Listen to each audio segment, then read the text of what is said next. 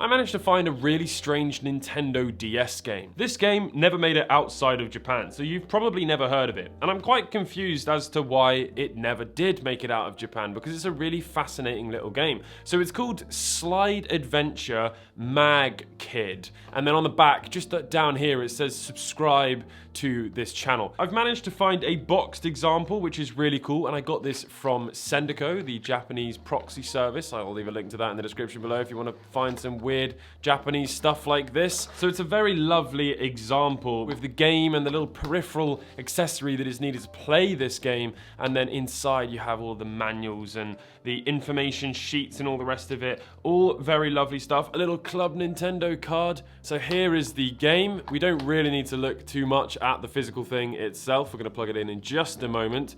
But what we do need to take a look at is this part of it. Now this, I don't think, was required for any other game other than this. So you can imagine the amount of development that would have gone into this just for it to never have made it outside of Japan and to not have been used for anything else.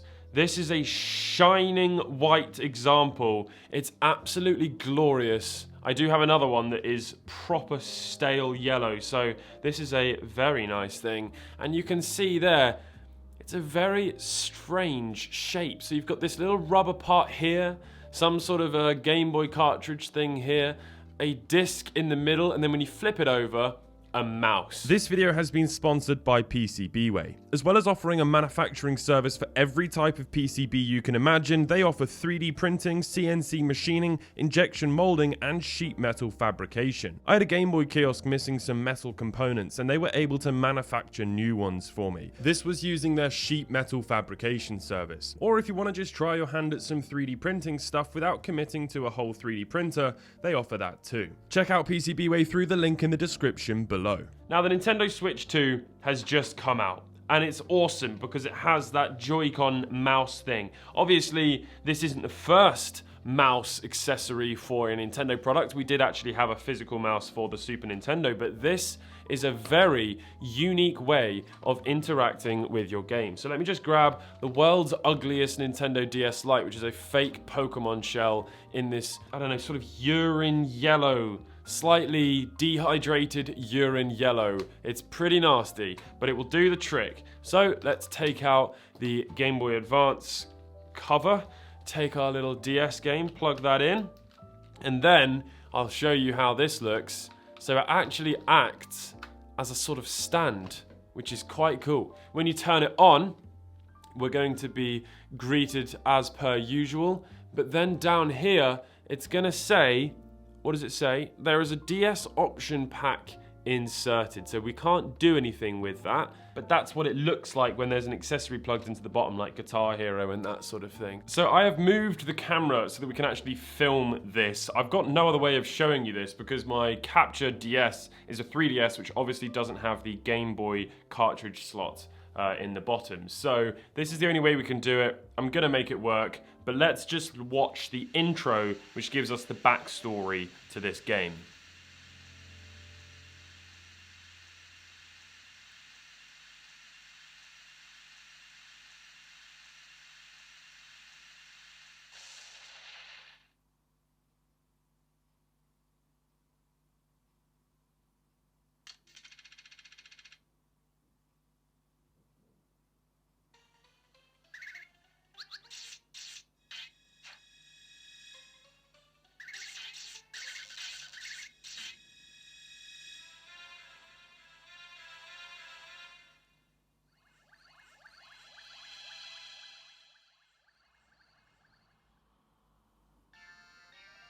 So for those of you who don't understand what just happened, the house got struck by lightning and the fridge magnet with the drawings fell onto the floor. The drawings came to life and spread around the house, and the magnet also came to life, and we play the magnet. So there we have it. That is the backstory of the game. So as you can see, this is going to be a massive nightmare to film, and I'm so sorry, but here we go. Let's just begin. So one of the things that I just love about these sorts of old games, Well, I just love a menu. I love a menu. And isn't it just amazing to have a menu system where you actually slide around as a magnet?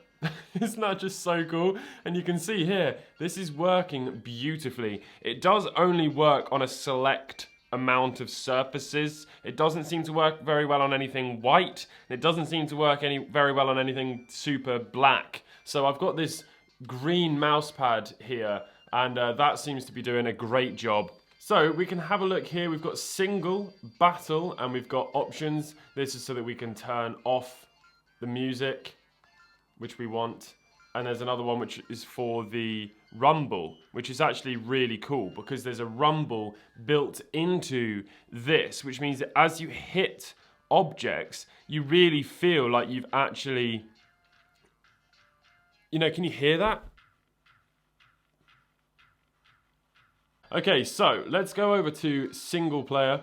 I've been playing this game a little bit and I think I've learnt roughly kind of how it works. So there's 3 different kind of game modes. This one is a game mode where you collect the robot's limbs and build the robot. This one is where you collect different sort of bugs and they join onto you, a little bit like the game Snakes. And you get longer and longer, and then you have to do it in a certain order. And then this one is mini games. So let's go up to the robot first. I'm going to move this camera out a tad, but it is going to be a nightmare to film. So the cutscenes and stuff are quite long. You can just press B and get through it, unless you read Japanese. But this is one of those games that you kind of don't really need to read Japanese for. Here's our robot, and we need to find his legs, well, one of his legs and both of his arms. So you can now freely move around the desk, and you can only go over to certain areas, and then it stops. So as you can see, there's not a lot that we can actually do other than go inside this little pencil case, and that is how you transport around the house, by hiding in something that would get picked up and taken to a different room. So as you can see, we've gone to what appears to be the rug on the living room floor, and we can now come out of here, and here's a little dude. So we're looking to, with these guys, we can just actually knock into them and then attach them to ourselves, and now with the right trigger we have adopted their power of firing a little laser beam. So to be honest with you, the storyline kind of fades away a bit here, and now we're just looking at game mechanics. Why do the drawings fire things? Well, why are we a magnet? You know, don't ask too many questions. So here we go. We're going to go into... Oh no, we can't go into the comic book. Oh, I've detached myself from him. If you move too quickly, you break apart your little connection. So we need to get into the next thing to move into another room, because none of this stuff is very useful right now. But how do we get into the next room? Because I can't find any things. Where's the next... Oh, here we go, we can pick up that. Where's the next object for us to hide in?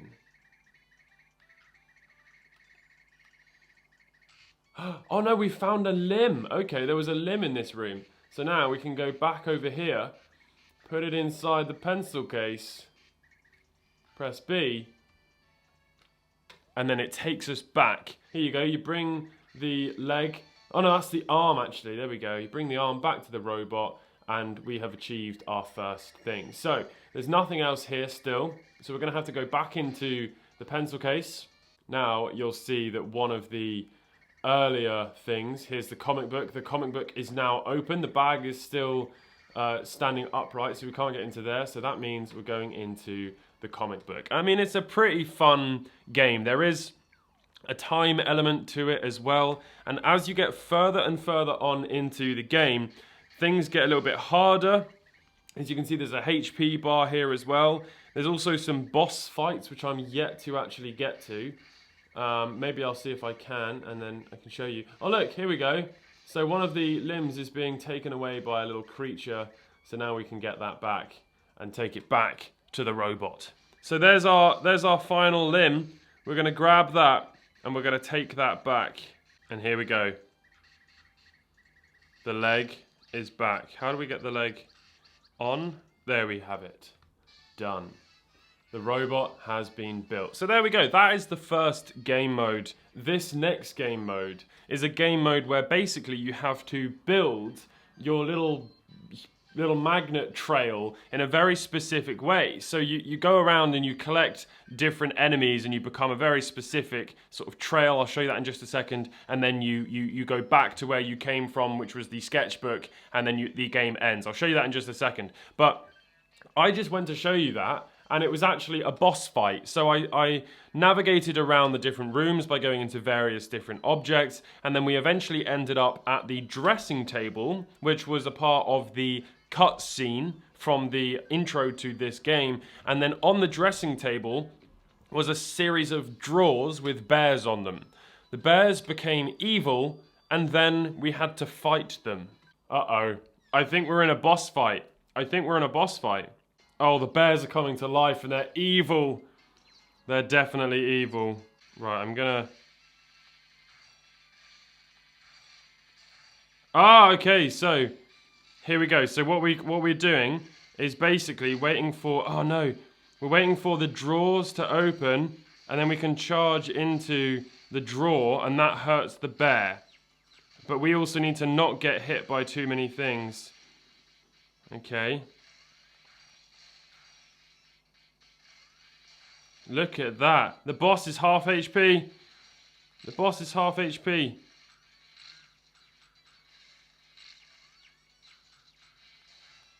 Oh, one of the bears is dead. No, we don't want this one right now. Go away.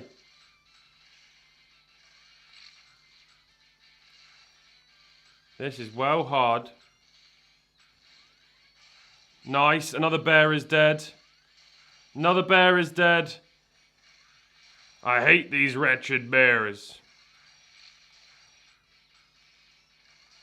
Nice. One more bear to go. It's dead. We did it. I hope I captured that. I've got no idea. And there's the leg. Okay, so it makes sense. All of that was to get the leg. The boss had taken the leg. And with that now over, we have the next game again. So there seems to be lots of different aspects to this game, and it seems to sort of develop and unfold as you progress. I don't know for how long this game will remain fun, but right now, I have to say, I'm having a great time. I'm having a really great time. So this is the game mode that I was referring to before that I was more familiar with, but obviously it seems as though after a while, after you complete a few of these, there's a boss fight, which is really cool. So we're looking for these little characters here. Now, when you become a bit more familiar with this game, you'll remember where these characters are. So in the kitchen is where you find the little bubbly characters, which is where we're heading now. We're heading to the kitchen, and hopefully here we're going to... Oh, I've turned into ice, or have I become poisoned? I think I've become poisoned. How do I... Oh, there we go. I can shake that off.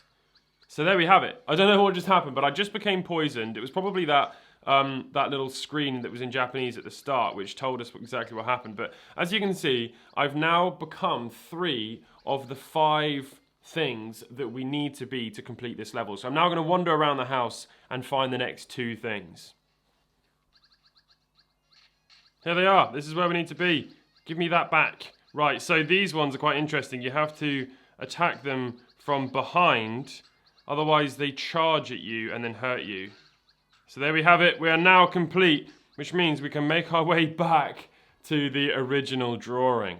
And now it looks like we have another boss fight, which is rather exciting. But what I want to actually show you is the final game mode, which is the mini games. So I think what actually happens is you go around the game and you collect these cards, and these cards are the mini games. So I only have one at the moment, but there looks like there's some really fun ones. So I'm going to have to carry on playing this game and unlock them. But this one is a game where you have to go around and stand on top of the right card and then press the A button. So this is a bit of a memory game, really, to see how high of a score you can get.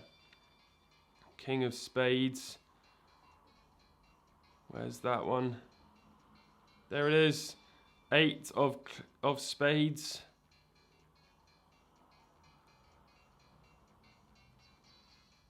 There it is. 10 of hearts right there. 10 of diamonds right there. 5 of clubs right there. 8 of diamonds right there. Queen of spades. There. Queen of hearts. 3 of diamonds. Oh no. 9 of diamonds. King of diamonds. 10 of spades. Hey. So there we go. Lots of fun to be had on this game. So that is going to be it for this video. What a really fun little random game filled with lots of different things to do. A game that is not impossible to play even though it's in Japanese. And also a game that doesn't seem to be too expensive when I looked around on Sendico. But I'm sure if this video gets watched by people, they might all get snapped up, and I don't know how expensive they will get. But there we have it, a very interesting and unique game with an accessory that was long forgotten. Have you ever heard of this accessory? Let me know in the comment section down below, and I will catch you all in the next one. Goodbye.